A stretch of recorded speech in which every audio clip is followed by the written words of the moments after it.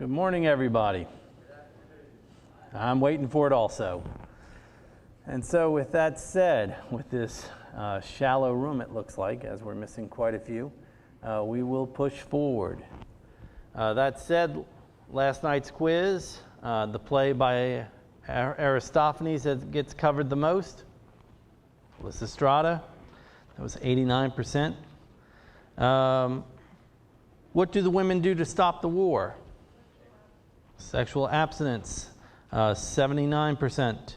Party song translates to comedy. Environment that most comedy takes place in? Almost. Urban. And the playwright with the only surviving satyr play is Euripides. And so only one of those fell below 70, and that was Euripides at 66, which is still a pretty good percentage overall, something that you can hang your hat on. All right, folks, today is our last full lecture. Our next class is a review.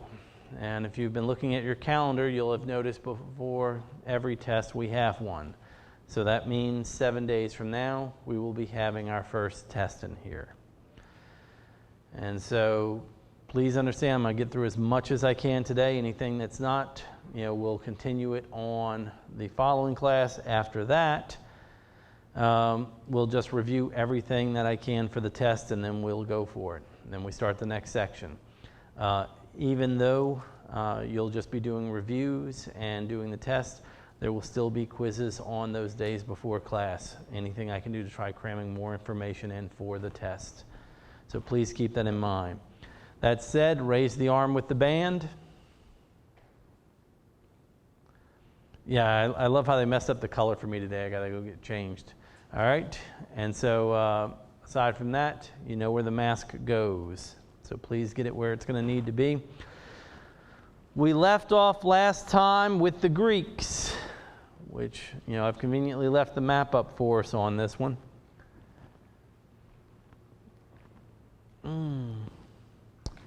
And so with the Greeks, we had the birthplace of Western civilization. We talked about the three tragic poets. They were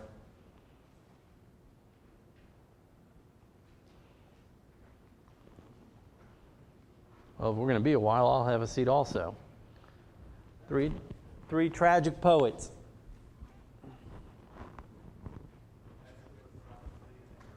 Correct. Aeschylus, Sophocles, Euripides. And then I gave you two comic poets, the only two we have real records of, and they are Aristophanes and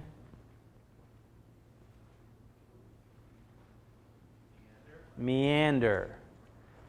What type of comedy did Menander write? New comedy, which of course would then place Aristophanes with old comedy. Fairly simple on that one. Describe old comedy.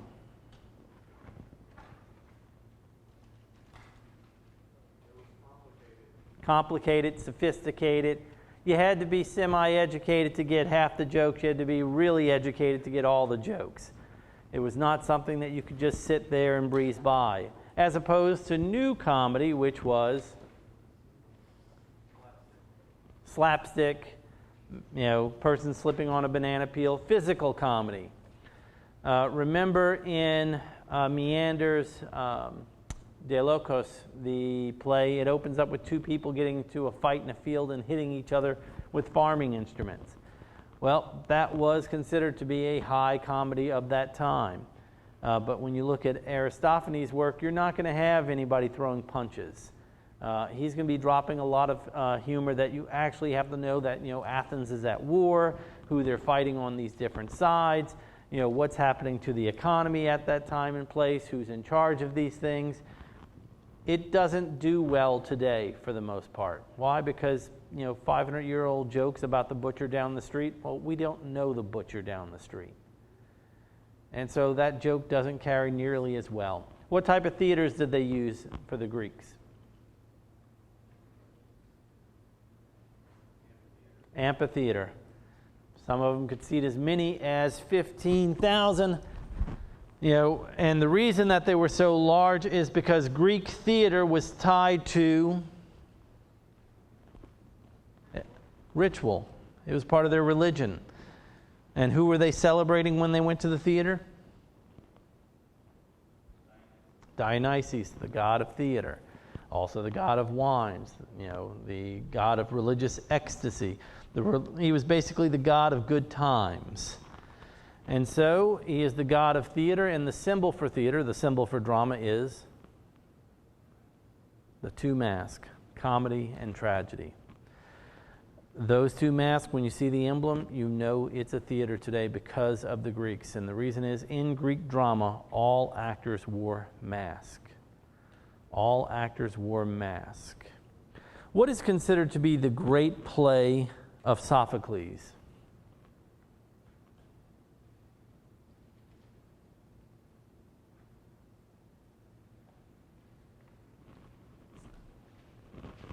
Oedipus Rex, Oedipus the king. The great play of Aristophanes.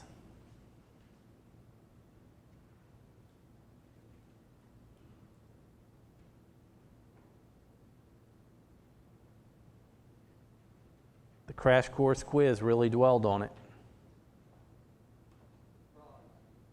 Nope, but that is a play by him. Lysistrata. Lysistrata is considered Aristophanes' great work. Birds is personally my favorite. Frogs is in there also. The great play by Euripides. Medea. And then our oldest of these playwrights is Aeschylus. He gave us that trilogy, the Oresteia, and that great play out of the Oresteia. Don't go into the house. Agamemnon. The God machine is Deus Ex Machina. It's all been there, folks. It even gets repeated on some of the online stuff. And so we went over a ton of stuff with the Greeks. So what happens to Greece? This is the part we don't cover because we're moving into it. We had the foundation of Western civilization. We have democracy. We have evolutions in medicine and philosophies. Nobody today sits around and says, well, I got to go to Greece. They got it together. In fact, nobody said that for a very long time. So what happens to Greece?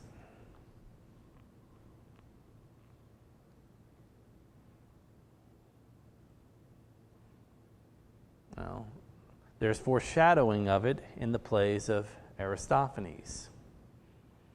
Aristophanes' Lysistrata, what problem do the women have? What? Too much war. On the map we got back here, Athens is around this area. And the problem is they are fighting in all directions. They're pushing up toward the Gauls, which would be up in the north. They're pushing into Slavic regions and the Middle East, and they are also pushing into North Africa. You can't fight everyone at the same time and expect results to turn out well. And that's been historically true even to today. You got to pick your battles, handle that one, and then worry about the next one. You can't just keep going in all directions and think it's all going to turn out okay. And the Greeks, with all the progress and evolution and philosophies they gave us, they were a conquering people. They were trying to enlarge their empire. Remember, these are all little city-states. They were fighting amongst themselves. Hey, I need your island also. Well, no, you can't have it. And then they've got to also fight outsiders who are pushing into it. Eventually, the Greek Golden Age is going to fall apart. It takes centuries. It doesn't happen overnight. But, it is going to be replaced. And when we look throughout world history, we have these empires rise and these empires fall eventually. It happens every century. The Greeks, after they go, they're going to be eventually replaced by what many people would argue is the most successful of all empires. And that was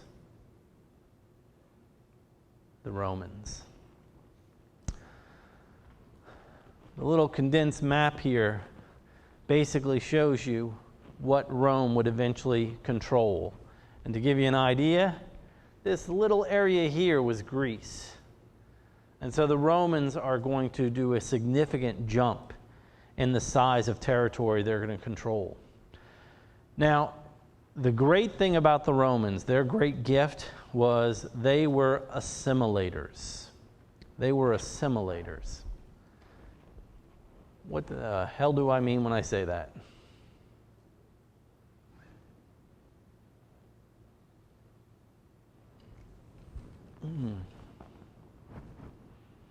Our culture also is one of the great assimilators. And what it means basically is we see something happening somewhere else and we're like, hey, that's pretty cool, and then we adopt it. We start doing it. The Romans were tremendous at this. Roman temples were only a certain size, but then they got to Egypt, saw how the Egyptians were building pyramids, and bam, all of a sudden Roman structure just started shooting up everywhere. Wherever they went, when they saw something that they liked or saw something that they thought was beneficial, they made it their own. And they did the same thing when they get to the Greeks. In fact, they go overdrive with the Greeks. For every Greek god, you have a Roman equivalent. Why? Because they got there and basically saw it and said, this is a pretty good system. We'll take that too. And also when they get to see the Greek theater, they like a lot of what they see in that. And so they take and adopt a lot of parts of the Greek theater. Roman theater adapts. It changes what the Greeks were doing to fit their lives, their style. But basically they build it on the back of what the Greeks had done before them. And they do this with all sorts of things. Actually, I put this is Great Britain. This is the highway. That highway system, as I showed in the previous, that ran all over the place. If the Greeks were the people who were like saying, hey, this is philosophy, this is how we're going to do medicine, the Romans were engineers. Amphitheaters, I said last time, yes, they were really big, but to build one, the Greeks had to do what? Find a hillside. The Greeks did not have the ability, like the Romans, to just look at a place and say, here, this is where we want it. The Greeks go into overdrive with their building. You all recognize this image. We have a computer generated of what it would have looked like in its prime and the structure as it stands today. The word Colosseum basically is Latin for big. That's all they're saying. This is a big theater, folks. That's all it was a very big theater.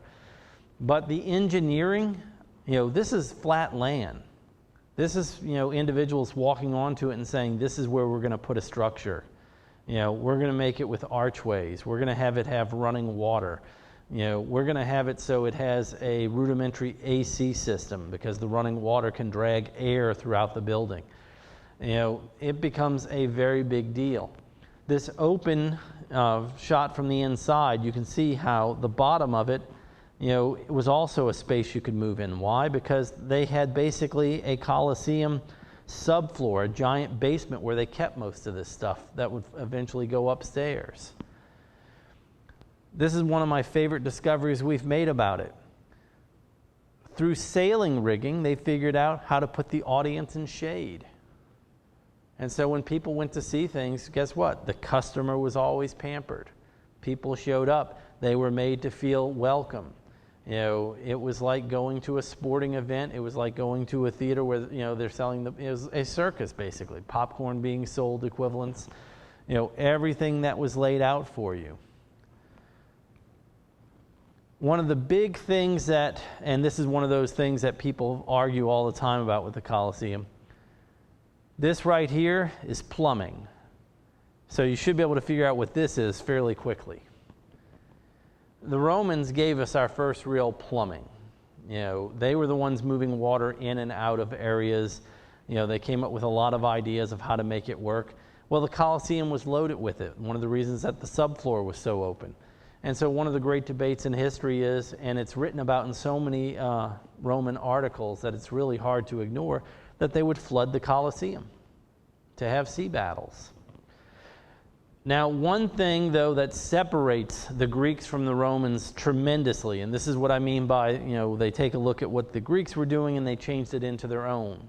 They adapted it. They assimilated by taking it away, and then they adapted it to fit them. How do we find out Oedipus has gouged out his eyes? What? Somebody runs on stage and what? They announce it. And the reason they announce it is, what do we never see on a Greek stage? What? Gore, blood, violence. That never appears on the Greek stage.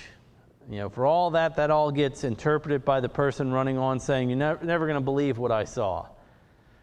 The Romans don't have a problem with this. In fact, I would say the Romans were a bloodlust culture. They had no problem with violence. There was never a blinking of the eye for this. And though the Colosseum, I said, is just a big theater, it's really a big sporting arena more than anything else. The image that you see up here is created from records that show that when the Romans would conquer an area, if they didn't need or couldn't support that part of the population, it would be eliminated through sport.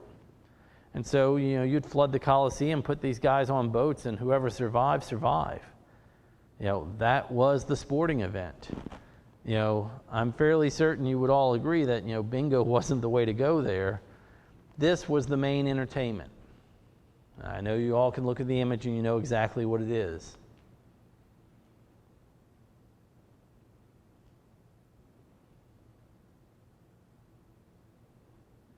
As we hit that large silence pause.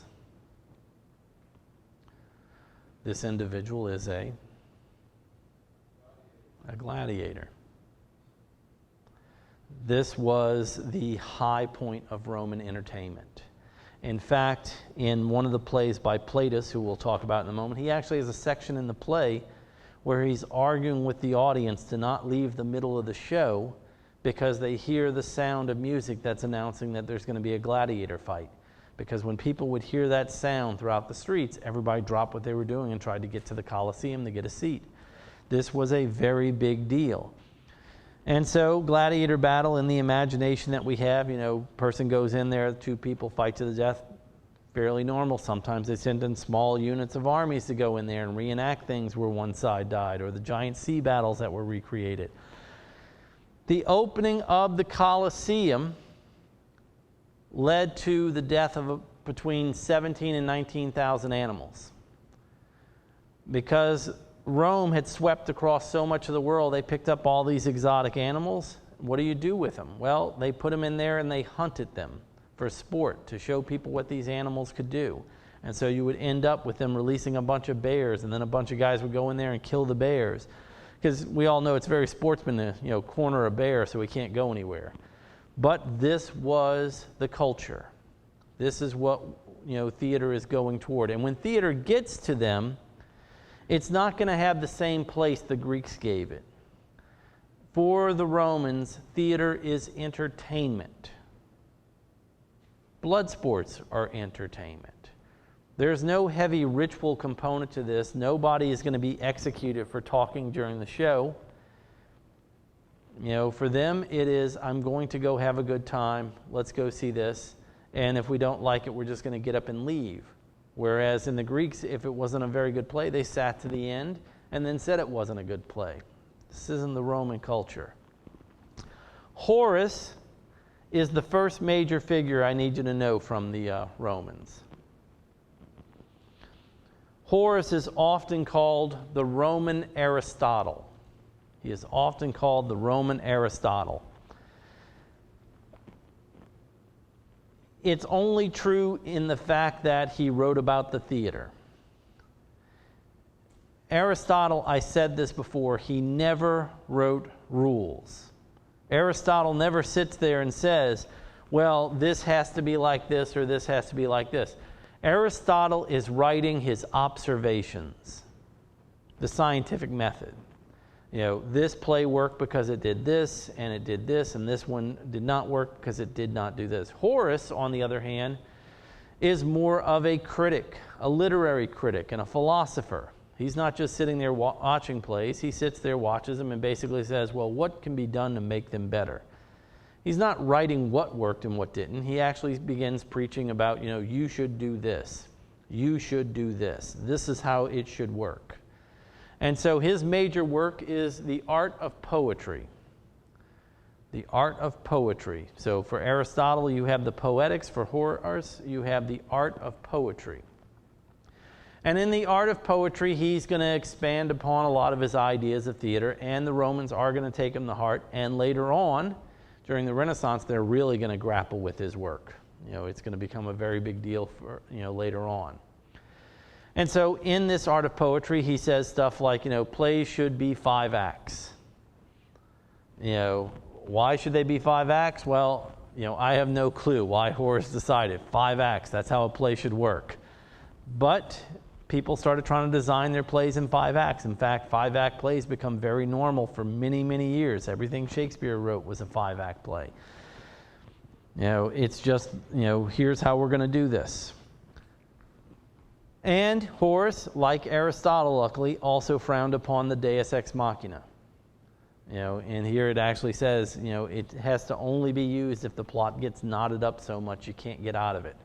And so it wasn't that all of his ideas were like, oh, this is arbitrary.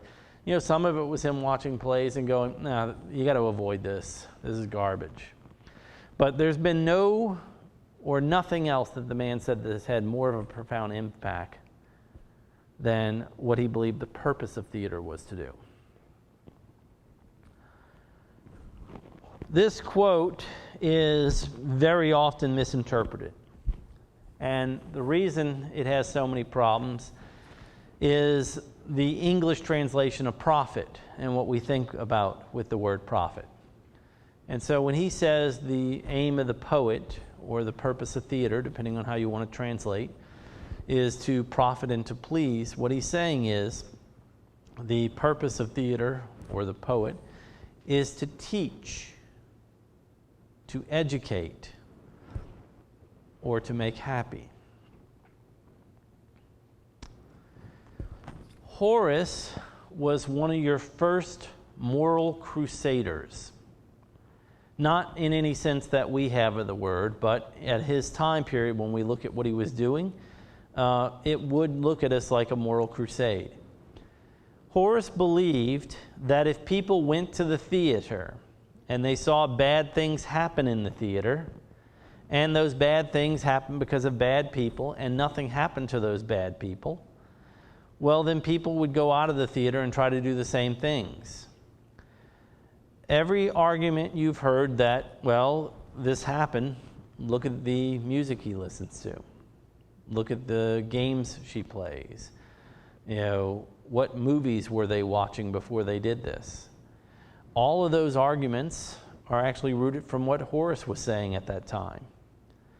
And so Horace was the person who said, well, we've got to go in there, and when you do something, you have to show how society should react to it. One of the things that Horace really promoted, and thank goodness we're not anywhere near that culture anymore, is decorum. This is one of the big things he wanted to preach. And decorum is just a fancy word for the status quo had to be enforced. So if the play began and the woman was a prostitute, when the play ended, she was still a prostitute. You could not raise or lower yourself in society for the most part, especially if you were a woman at that time. And, if a person starts as a soldier, odds are it ends with him being a soldier, because that is the status he is in life. Nobody was born on the farm and then turns around and rules the Roman Empire. These things did not happen. And so plays were told, don't engage in this, don't go toward this direction. Now, Horace can say all of this, but he doesn't have the muscle to make people do it. There's some people who are like, hey, this is a great idea, and some people are like, I'm going to do my thing. But later on, people are really going to look at Horace in history and be like, this is how you have to do theater. But Horace is that first major figure, often called a Roman Aristotle. He's not a Roman Aristotle, but he is Horace, and he plays a big role for the Romans. There are 3 playwrights you need to know for the Romans. There are only 3. Plautus was probably the most famous. His name's all the way back there. Terence, and then Seneca. 2 of these individuals wrote comedy, and at this time we still have those traditional genres. So we have comedy and we have tragedy. We're starting with tragedy because we only have one, and that's Seneca. Now, Seneca was considered a great orator, a great philosopher, but he did write plays. Now, looking at that list of plays behind me, notice anything?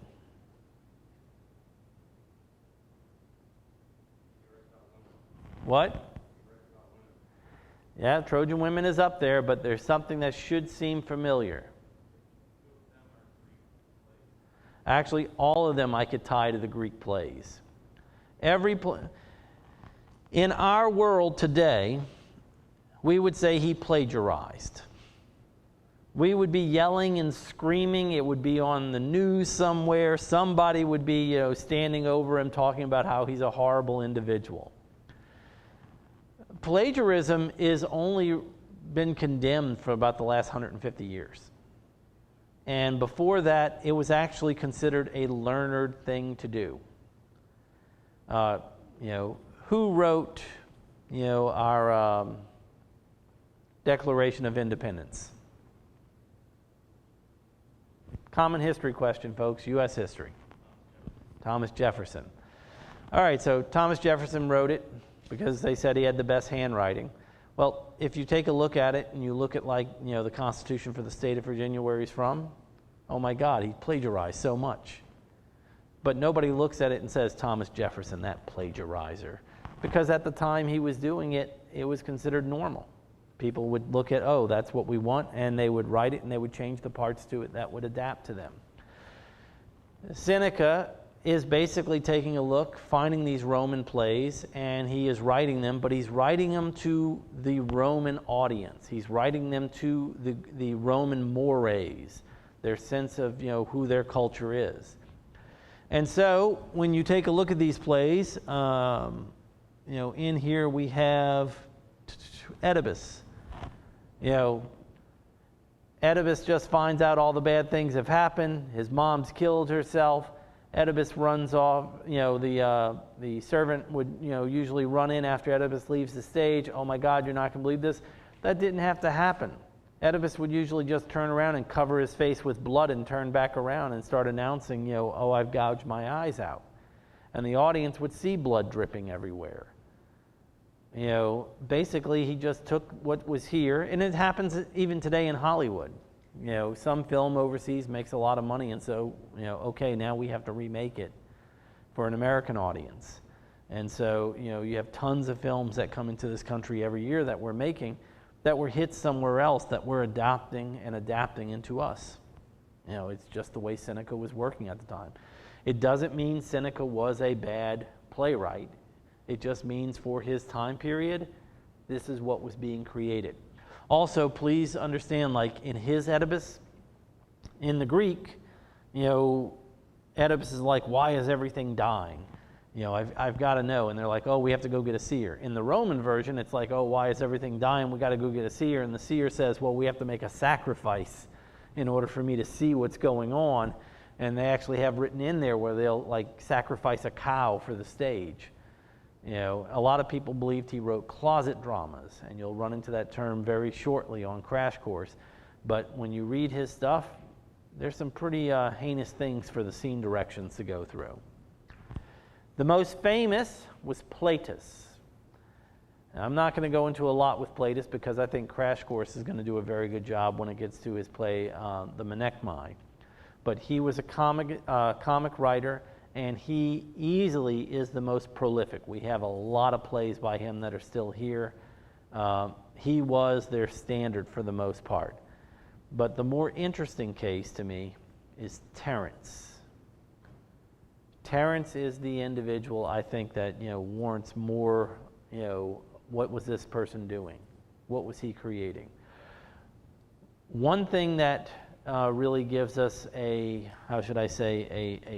encapsulating look at Terence is the fact that we have all of his plays.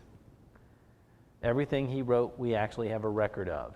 The sad thing is there are only 6. He wrote 6 plays. But Terence the playwright is an okay story. Terence the individual is quite an amazing story because, unlike the other poets we looked at, Terence does not begin his life as a Roman citizen. He was not Roman.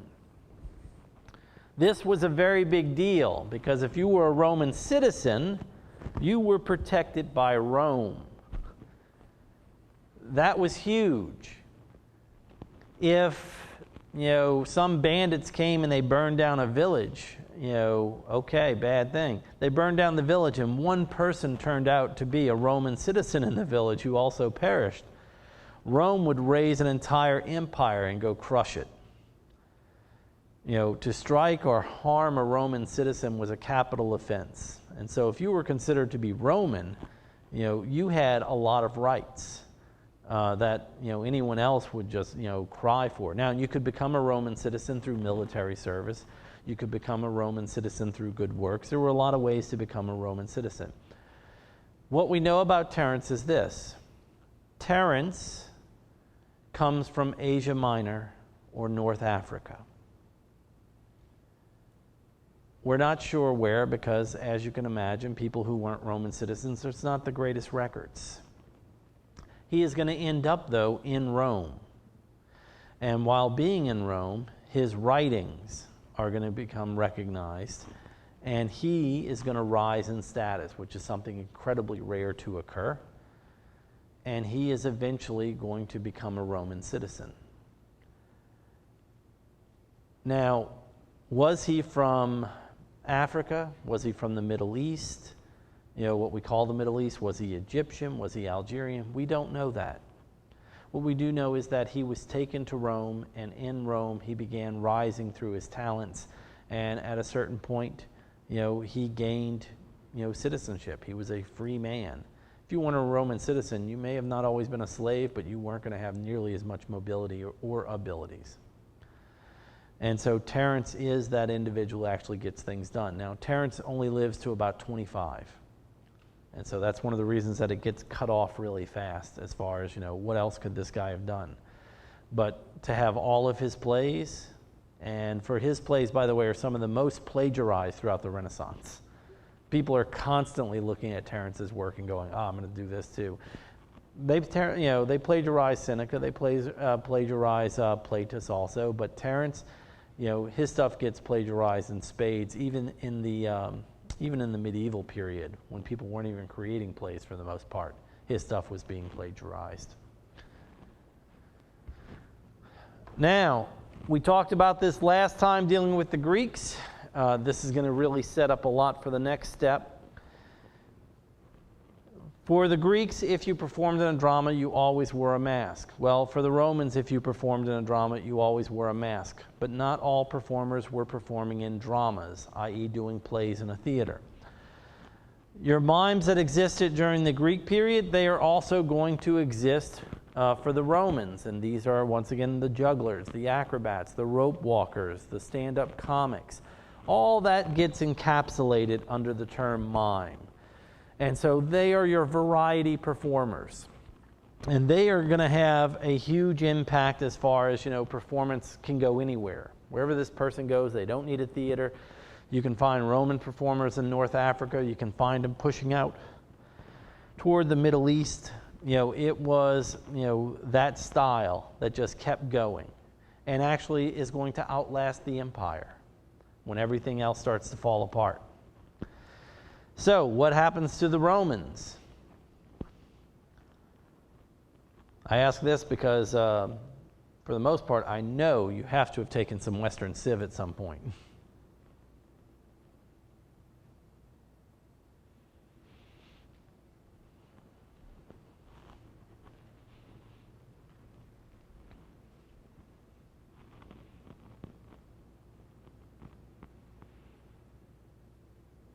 The fall of Rome. What brings us to the fall of Rome?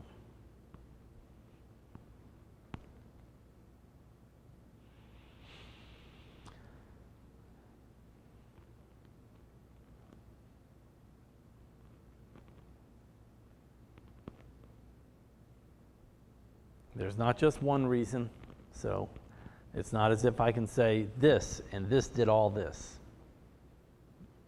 There were a number of factors that lead to it. I would hope somebody could give me one of them.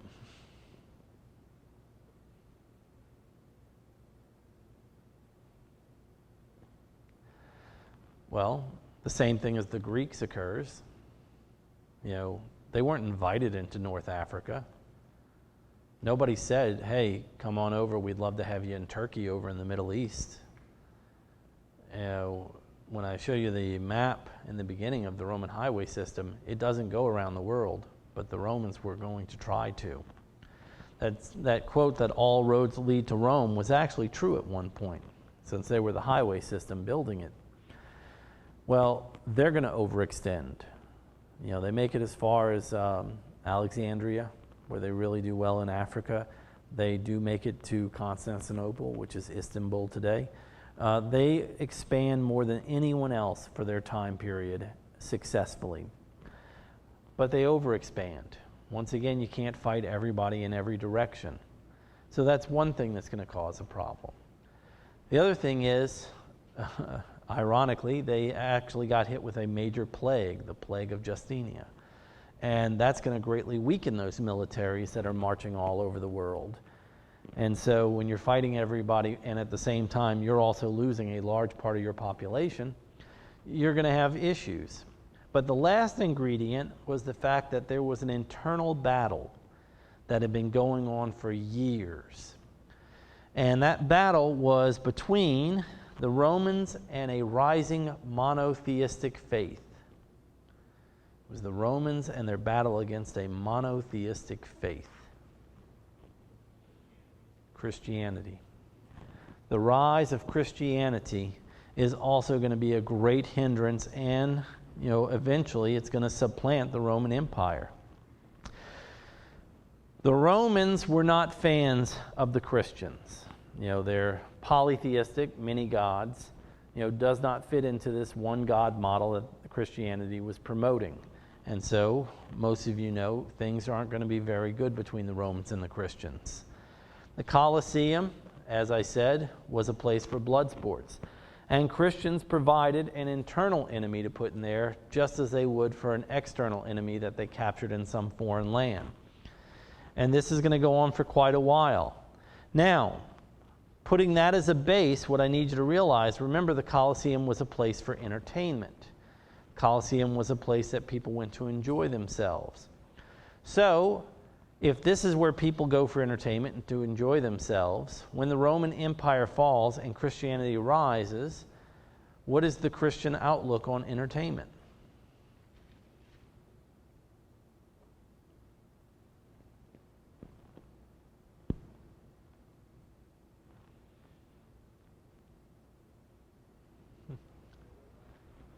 Thank you.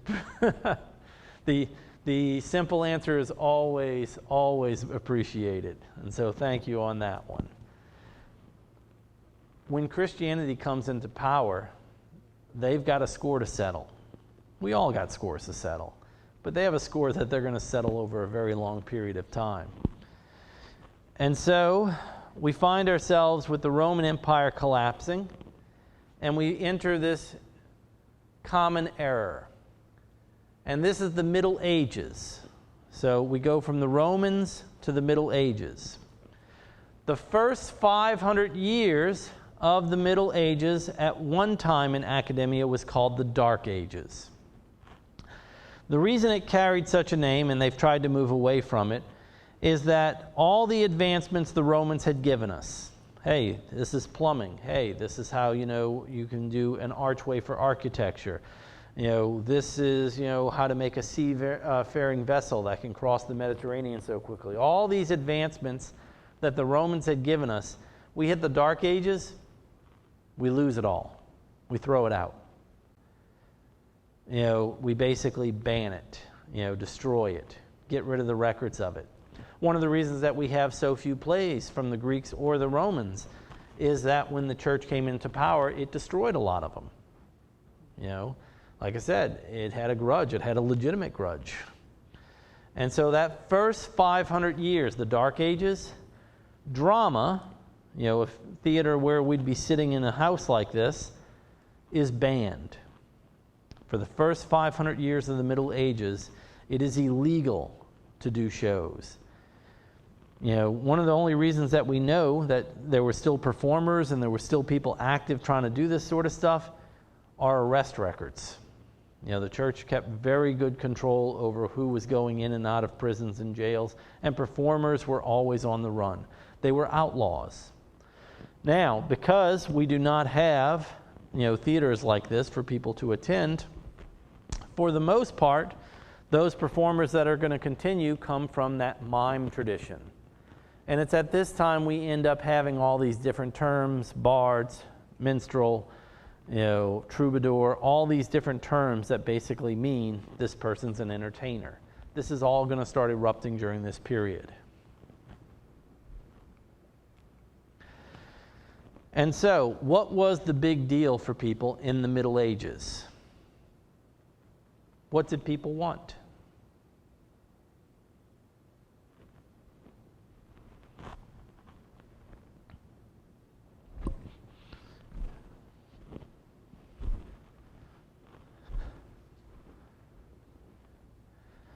The belief in the Middle Ages is that the life we have right now, that I'm standing in here with you with, is nothing more than preparation for the next world. This is just a test. This is going to be hard. It's going to be cruel. It's going to be incredibly, depressing at times. But everything we do in it is in preparation for the next. And this was the belief of the Middle Ages. This is what everybody held to. This is what defeating the Roman Empire was all about, is trying to get people to understand there is a next world. This is what we should be all striving to. Now, because this life is basically just a test, the bad things that happen to you in it, the hardships and everything else, they're not essential. This is a life of worship and everything else to see if you're worthy by going through all this to make it to the next part, to make it to that next life. And so the medieval life was made of work and prayer. That's what made up most medieval life, was work and prayer. And entertainments were frowned upon.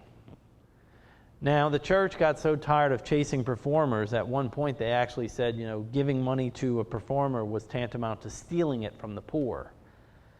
They got tired of chasing people around trying to stop the performances, so they just started telling people, if you go to a performance, you'll go to hell. Please understand, when they were told this, a lot of people took that to heart.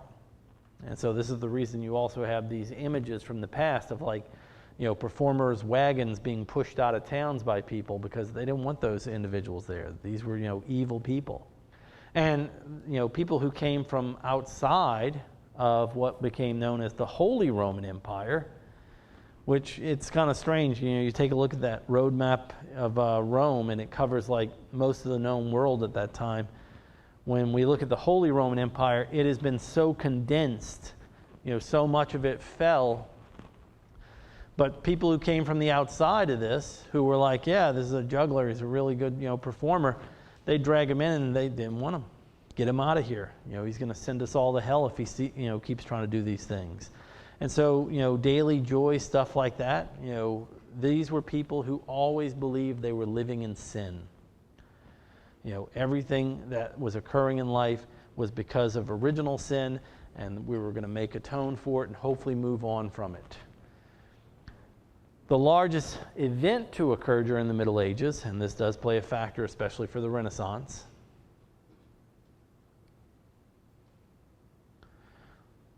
it happened several times. The Crusades. What were the Crusades?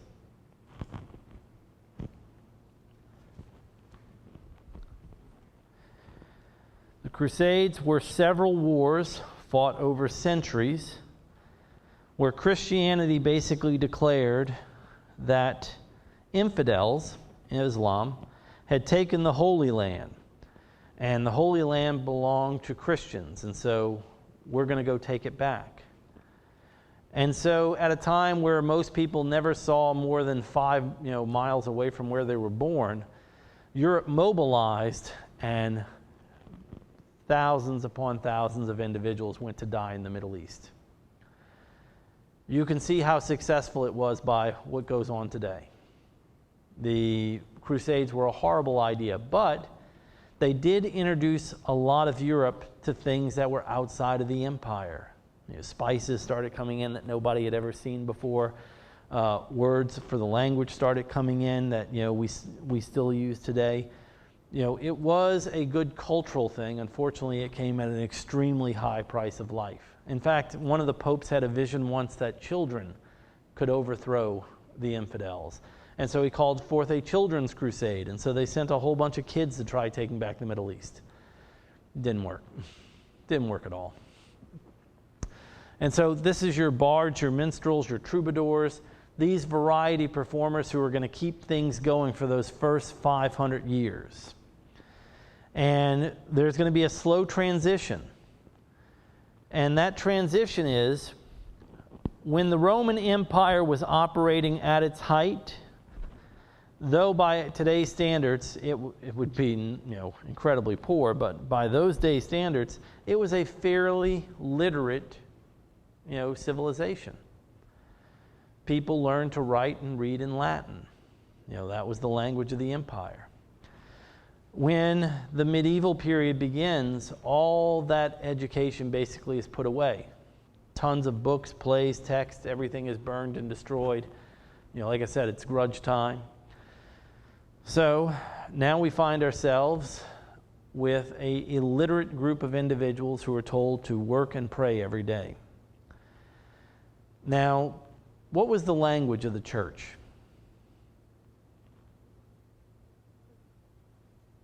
It's fairly easy because it was the Holy Roman Empire.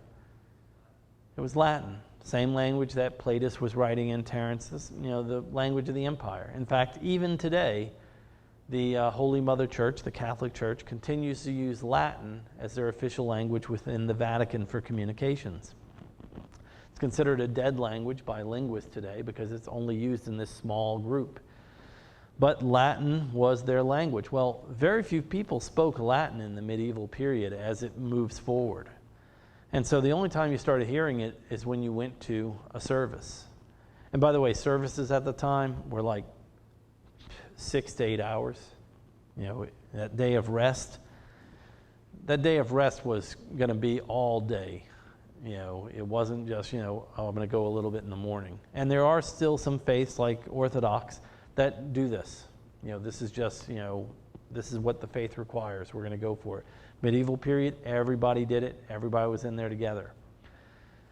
After 500 years, the church had eliminated fairly, everybody who wasn't a noble or working in the clergy's literacy. And they run into a problem of trying to communicate liturgical ideas. Liturgical simply means something from the Bible.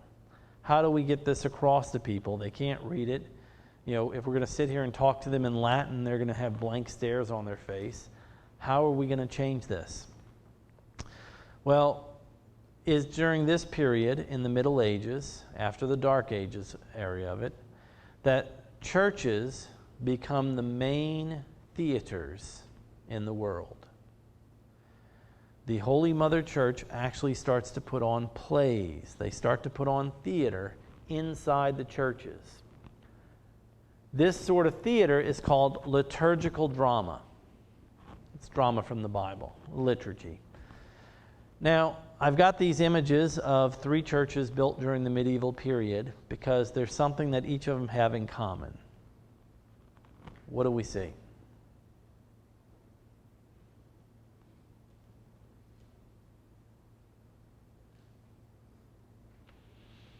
As everybody goes, roofs. They all have roofs. Yes, they do.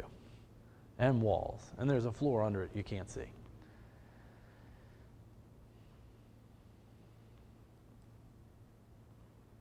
something stands out architecturally. Yes, they all have steeples. There's doors also, windows all over the place. But there's a very common theme to how they are built. They're all shaped like crosses. Medieval churches were highly symbolic. And so when you walked in, the altar to every medieval church was always in the east. The entrance to every medieval church was always in the west. Now, if you go into a Catholic church even today and some Protestant churches, what is behind the altar?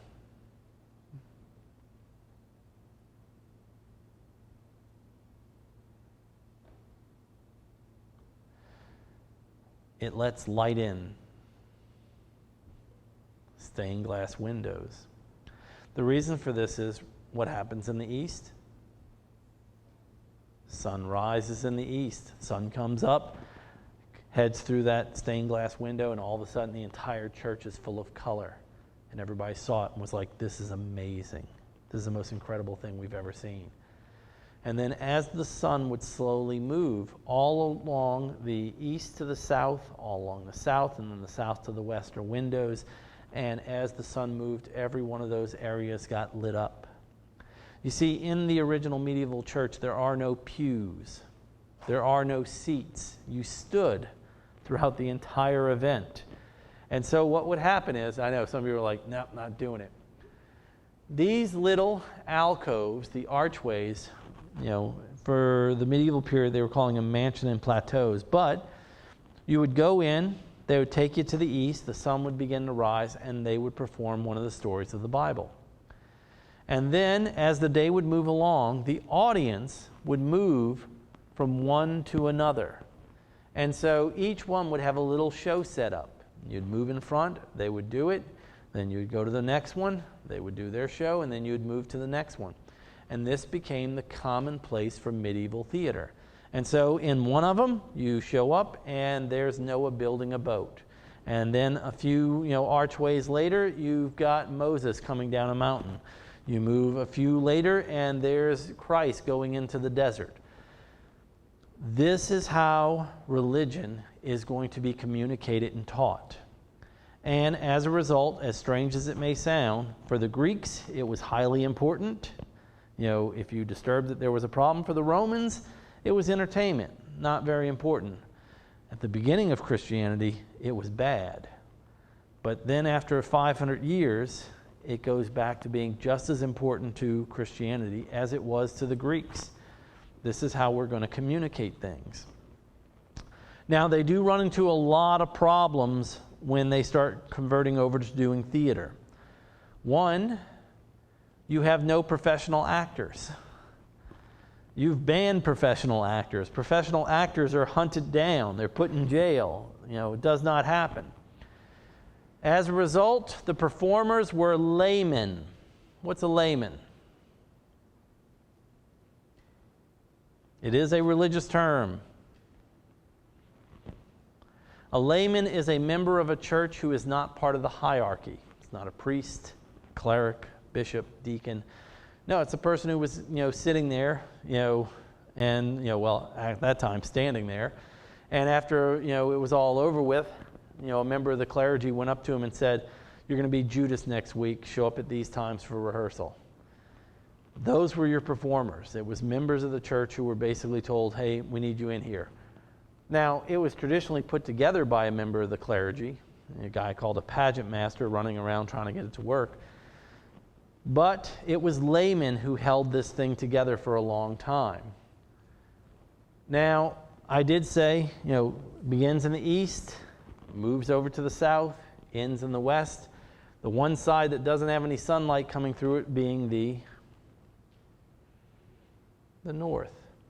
The north was generally reserved for hell. Why? Because it was going to be lit by fire. And so as you went along this, as it got closer and closer to night, and they finally hit that ending part, then you had flames and fire. Over here, what they called the hell mouth, where people would reach out and try to grab some of the people standing there and pull them in. And people were freaking out over this stuff. And the church took it very serious to make sure these productions were high-end. Special effects that were held in liturgical drama were called secrets. And so when people were like, the secrets of the church, what they were really talking about is, how did it rain for 20 minutes to do the scene of Noah? We have documentation where they put holes in the roof and they just brought enough water up there that they could just keep pouring to get through the entire scene. Or angels, how they used to attach feathers to newborns and hoist them up to the ceiling so they could scream and cry hanging above you. Yeah, it was pretty freaky, but you know what? It was something that was related to faith, and so people bought into it. They weren't going to argue when the clergy said, bring your kid around.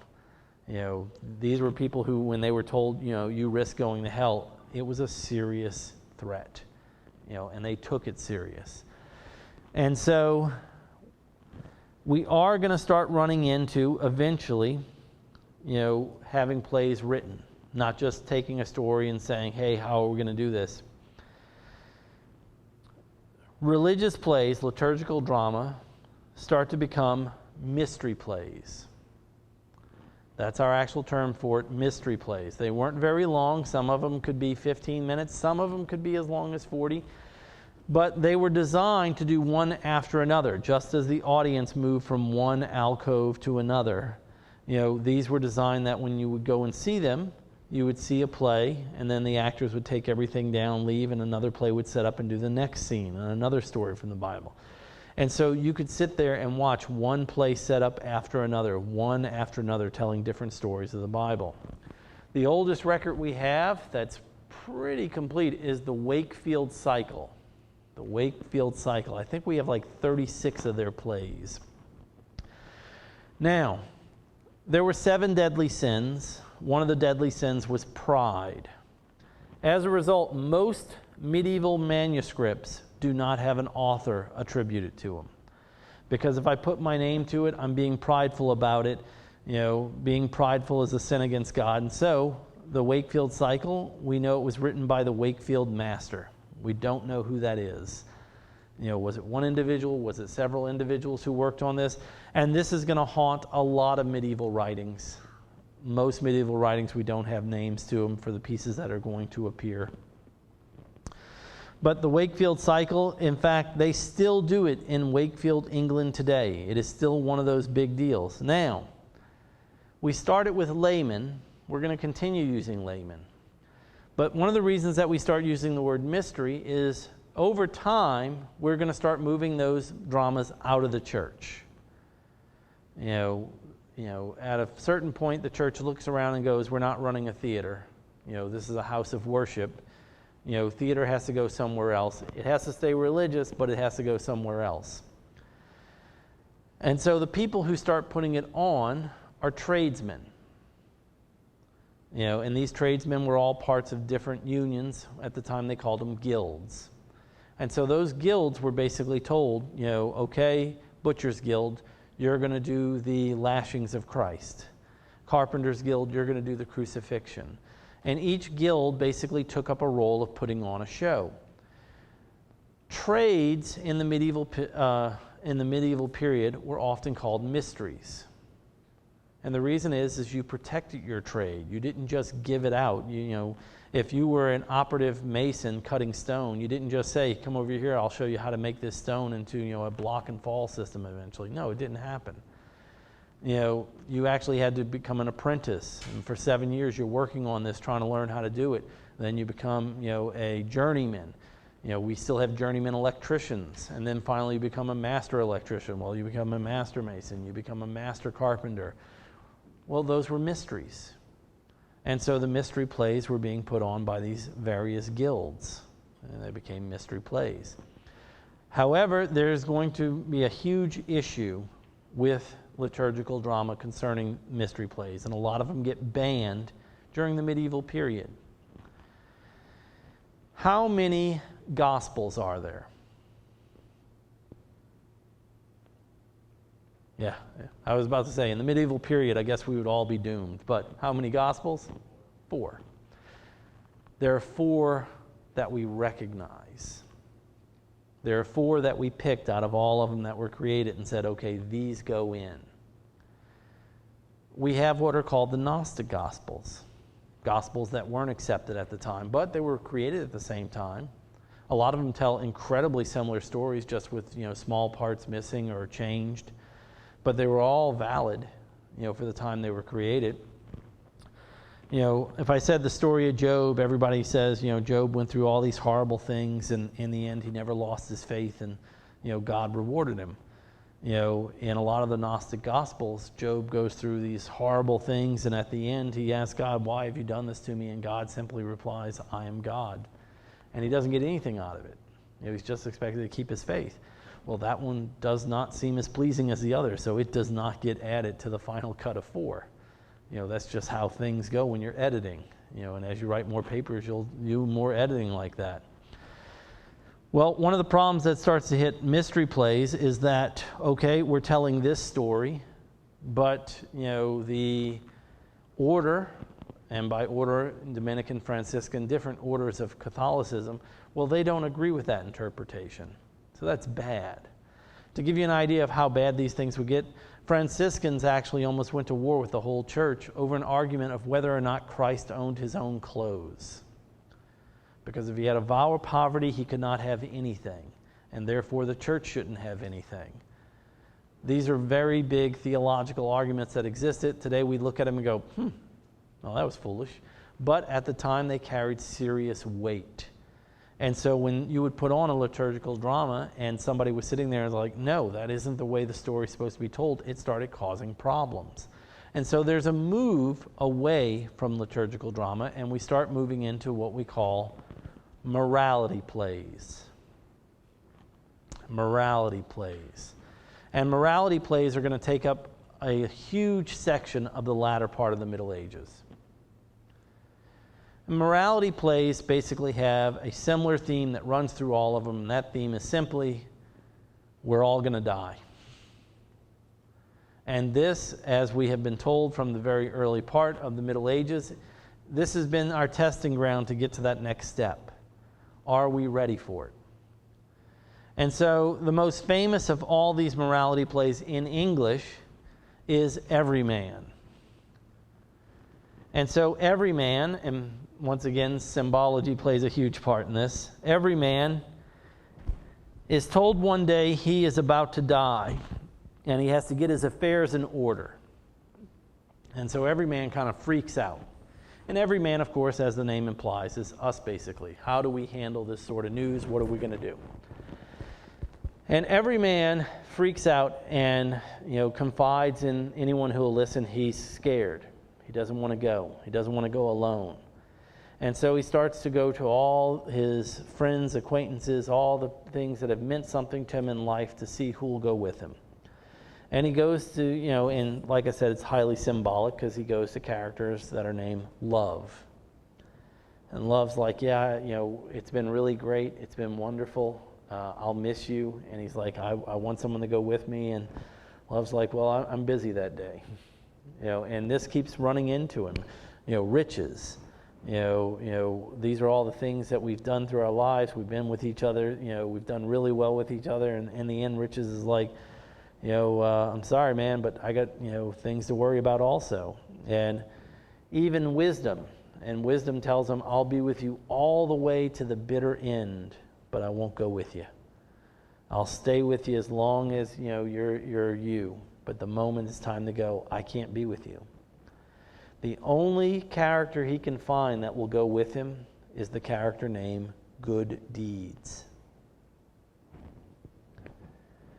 The only thing that remains after us.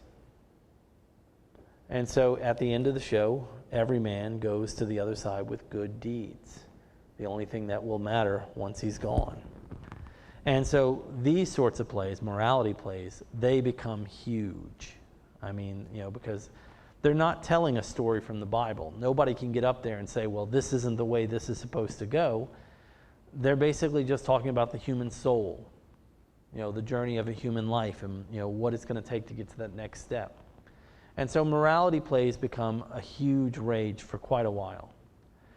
But the problem with all entertainment, and what the church is going to really start to run into is the whole time this is going on, the church is still competing with jugglers, acrobats, rope walkers, the equivalent of stand-up comedians, clowns, and eventually, some secular being non-religious plays that start to emerge here and there. And one of the reasons behind this is with all the innovations and forward moving that the church has tried to put in, one thing the church has never been good at is comedy. Just doesn't happen. And so in the very late part of the Middle Ages, the church is going to attempt to actually create some shows that are humorous. Probably the most famous in English is The Second Shepherd's Play. The Second Shepherd's Play. And I won't go into great detail because Crash Course is going to jump on that one fairly well. But The Second Shepherd's Play is three wise men who are journeying to the birth of a newborn. And we can fill in the story because, like in Greek theater, the audiences that went to go see the medieval theater actually knew most of these stories. We were just filling in blanks, which is why people would go nuts if it was something out of a Gnostic gospel. This isn't where this is supposed to be. And so the Second Shepherd's Play, it's basically the Three Stooges. They're going out there, everything keeps going wrong, they lose things.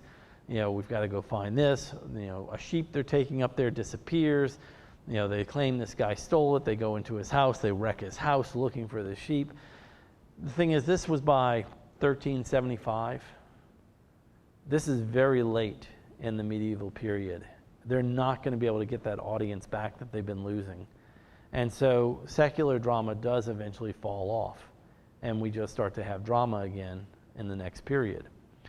Now, one thing I didn't want to skip on this, when the mystery plays were at their height and they moved out of the church, remember, we didn't have a bunch of theaters set up. And so most of these shows occurred on what are called pageant wagons. And the audience would sit in one place in a wagon. A platform stage would pull up in front of them. They would do a show on that wagon bed. That wagon would pull away, and the next wagon would pull up. So the audience stayed in one place, but the stages constantly changed in front of them. And pageant wagons, if you take a look at the small caption here, they could be pretty elaborate. They were the equivalent of parade floats. 2 stories, some of them with effects going through them. It was a very big deal to be on a pageant wagon. That was the performance venue of its style. There's only one major figure I'm going to ask you about, and that is this woman, Roswitha. Now, one of the reasons is so much of this stuff, we don't know who created it. Every man, who knows? The Wakefield Cycle, well, whoever was running them at the time had a great hand in it. And this goes on and on and on. We can always look to it and say who. Roswitha is an exception. Roswitha is the first record we have of a female playwright. Now, you can look at the image and probably deduct pretty quickly that wasn't her primary profession. Primary profession was she was a nun. Because she was a nun, she was educated. Because she was educated, she could speak and work and write in the language of the church, which was Latin, which meant that she could then read plays that were written in Latin, those plays being by Terence, Plautus, Seneca. For a very long time, we've ignored her. She got skipped over a lot in theater history. Now, some people would say, well, it's because, she's a woman, and I'm not going to dismiss that. That does play a part in it. Another part to it, though, is just like Seneca or Thomas Jefferson, she plagiarized a lot. And so a lot of people wanted to dismiss her, saying, well, all she did was take these works by Terence and translate them to a more modern audience for her day. See, in Terence's plays, which were comedies, often there were people cheating on each other. Guy comes home while another guy's jumping out the window and the wife's cleaning up very quickly. In her plays, these same things are happening, but people are asking for forgiveness and repentance. And so they have a lot of the same themes. She's basically taken Terence's plays and she has brought them up to Christian morals. You know, they become plays about people seeking redemption. So some people ignore her, saying, well, all she did was that. No, she did more than that. You know, she took something and made it into something different. She was a German nun.